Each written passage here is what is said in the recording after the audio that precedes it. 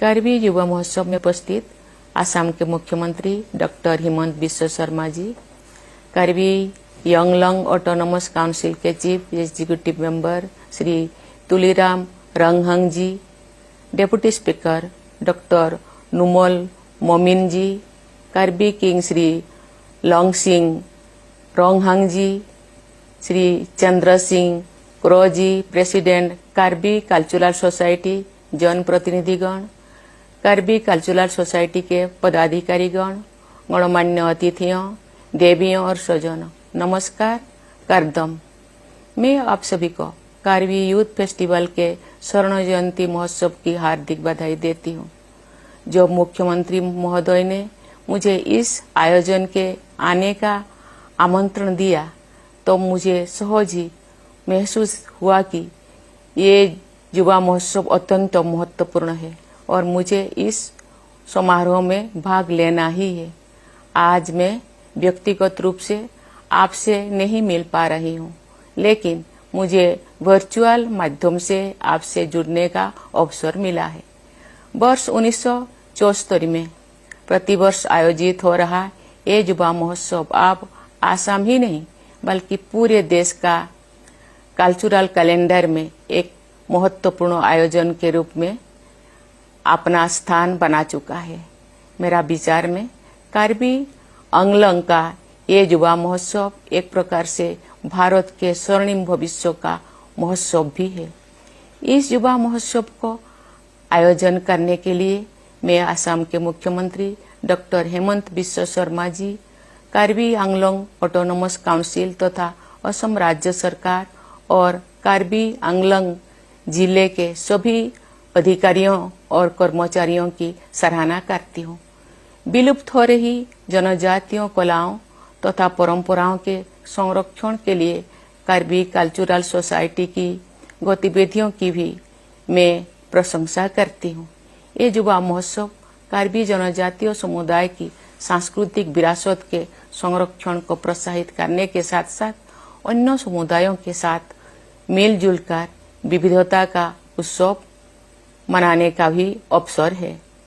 अतीत की दुखद स्मृतियों से मुक्त होकर उत्साह एवं ऊर्जा के साथ प्रगति पथ पर आगे बढ़ने में इस युवा महोत्सव की महत्वपूर्ण भूमिका रही है। मुझे बताया गया है कि ये युवा महोत्सव पूर्वोत्तर क्षेत्र का अपनी तरह का सबसे बड़ा आयोजन है। मुझे ये जानकर प्रसन्नता हुई है कि इस महोत्सव में नृत्य, संगीत, खान पान, खेल कूद, कला और शिल्प तथा परिधानों की शोभा का सुंदर प्रदर्शन तो होता ही है, यहाँ साहित्यिक गतिविधियों तथा सांस्कृतिक प्रतिस्पर्धाओं का आयोजन भी होता है। इस प्रकार इस महोत्सव द्वारा यहाँ के लोगों, विशेषकर युवा वर्ग में निहित प्रतिभा को बहुआयामी एवं कलात्मक अभिव्यक्ति मिलती है। मुझे बताया गया है कि इस महोत्सव में परंपरा और आधुनिकता का सुविचारित समावेश किया जाता है। यह जानकर मुझे प्रसन्नता हुई है कि लगभग 5000 युवा प्रतिभाओं ने इस महोत्सव में आयोजित प्रतिस्पर्धाओं और कार्यक्रमों में हिस्सा लिया है। मुझे विश्वास है कि यहाँ बड़ी संख्या में उपस्थित युवक और युवतियां और आसपास के क्षेत्र के सभी युवा अपनी प्रतिभा और परिश्रम से आसाम राज्य की पूर्वोत्तर क्षेत्र की और पूरे देश की प्रगति में अपना अमूल्य योगदान देंगे। देवियों और स्वजनों, जनजातीय अस्मिता कितनी महत्वपूर्ण होती है, ये स्वयं मैंने अपने जीवन में अनुभव किया है। इस प्रकार के उत्सव जनजातीय अस्मिता को प्रदर्शित भी करते हैं और उसे मजबूती भी बनाते हैं। मैं यहाँ उपस्थित सभी जनजातीय बेटे बेटियों को विशेष बधाई और आशीर्वाद देती हूँ। मैं ये मानती हूँ कि जब युवा पीढ़ी सही दिशा में सही सोच के साथ आगे बढ़ती है तो समग्र विकास तेजी से होता है। ये बहुत खुशी की बात है कि इस क्षेत्र के युवा शांतिपूर्ण तरीके से विकास की मुख्य धारा को अपना योगदान देने के लिए तत्पर है। तथा सक्रिय है। देवियों और स्वजनों, राष्ट्रपिता महात्मा गांधी सहित हमारे राष्ट्र निर्माता और संविधान निर्माता वैश्विक दृष्टिकोण और परंपरागत भारतीय जीवन मूल्यों के समन्वय को प्रोत्साहित करते थे।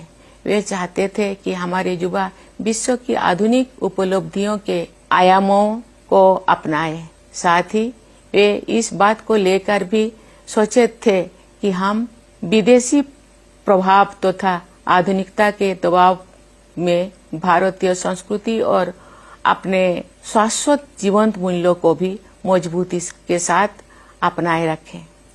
आधुनिक विकास के साथ साथ स्थानीय जनजातीय पहचान को बनाए रखने के उद्देश्य से पूर्वोत्तर क्षेत्रों के असम, मेघालय, मिजोरम और त्रिपुरा के कुछ जनजातीय इलाकों के लिए संविधान के भाग 10 और 6 अनुसूची में विशेष प्रावधान समाहित किए गए हैं तथा स्वशासन की व्यवस्था सुनिश्चित की गई है। इस प्रावधान के लिए सभी देशवासी लोकप्रिय गोपीनाथ बरदोलोई तथा बाबा साहेब डॉक्टर B.R. अम्बेडकर के सदैव कृतज्ञ रहेंगे। कार्बी लोक संगीत के दिव्य गुरु रंगसिन सार्पो, कार्बी समुदाय के महानायक थोंग नोकबे तथा कार्बी समुदाय के जन जन के हृदय में बसे कचिर रोंगहांगपी की मूर्तियां इस परिसर में स्थापित की गई है। ऐसी विभूतियों का सम्मान करके आप सब अपने परंपराओं का संरक्षण और संवर्धन कर रहे हैं। इसके लिए मैं आप सबको साधुवाद देती हूँ।